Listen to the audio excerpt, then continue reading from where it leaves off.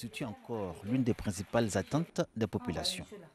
À cause des coupures d'eau très fréquentes et devenues une réalité harassante pour les populations, les habitations se sont dotées de gros fûts plastiques pour leur approvisionnement en eau potable. Au pire des cas, c'est le recours au puits. Les Diarra, au quartier de Gouba 2, par exemple, vont jusqu'à recueillir de l'eau à une source au sortir de leur quartier. Il n'y a pas l'eau ici, on a besoin de l'eau. On n'a qu'à nous arranger, quelqu'un n'a qu'à gagner l'eau. Il y a des fois on coupe l'eau 3 jours, 4 jours.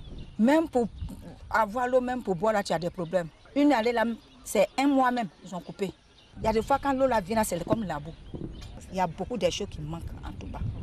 Pour l'alimentation des populations en eau potable, Touba dispose de 2 châteaux d'eau. Le second construit pour faire face à l'accroissement de la population de cette localité, chef-lieu de la région du Bafing. L'enjeu, fournir de l'eau potable de qualité et en permanence.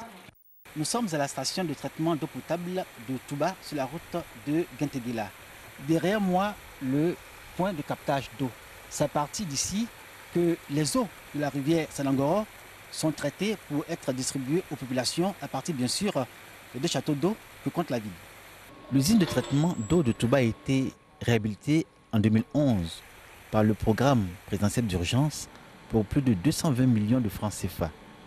À ce jour, le PPU a investi environ 881 millions de francs CFA dans ce département, en termes de construction de pompes à motricité humaine, de réalisation d'hydraulique urbaine et de réhabilitation d'infrastructures de desserte en eau potable, comme ici à l'usine de traitement d'eau de Touba. Les techniciens rassurent, les coupures d'eau intempestives à Touba ne seront plus que souvenirs. Souvenir aussi la montagne d'ordures en plein centre-ville et les dépôts sauvages qui pullulaient à Touba, dans tous les quartiers. Actuellement, la propriété, ça va. La ville, elle est propre. Depuis un certain moment, il y a le nettoyage. Les quartiers qui sont en dehors du centre de la ville, tout est en nettoyage. J'ai eu l'appui du PPU qui est venu avec, par la nature, ramasser toutes les ordures.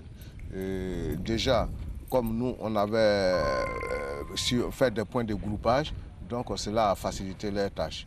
Touba, aujourd'hui ville propre, c'est grâce au PPU qui a financé pour 110 millions de francs CFA les travaux de salubrité, avec en plus remise de matériel de collecte des ordures à toutes les mairies. Touba spécialement respire mieux aujourd'hui.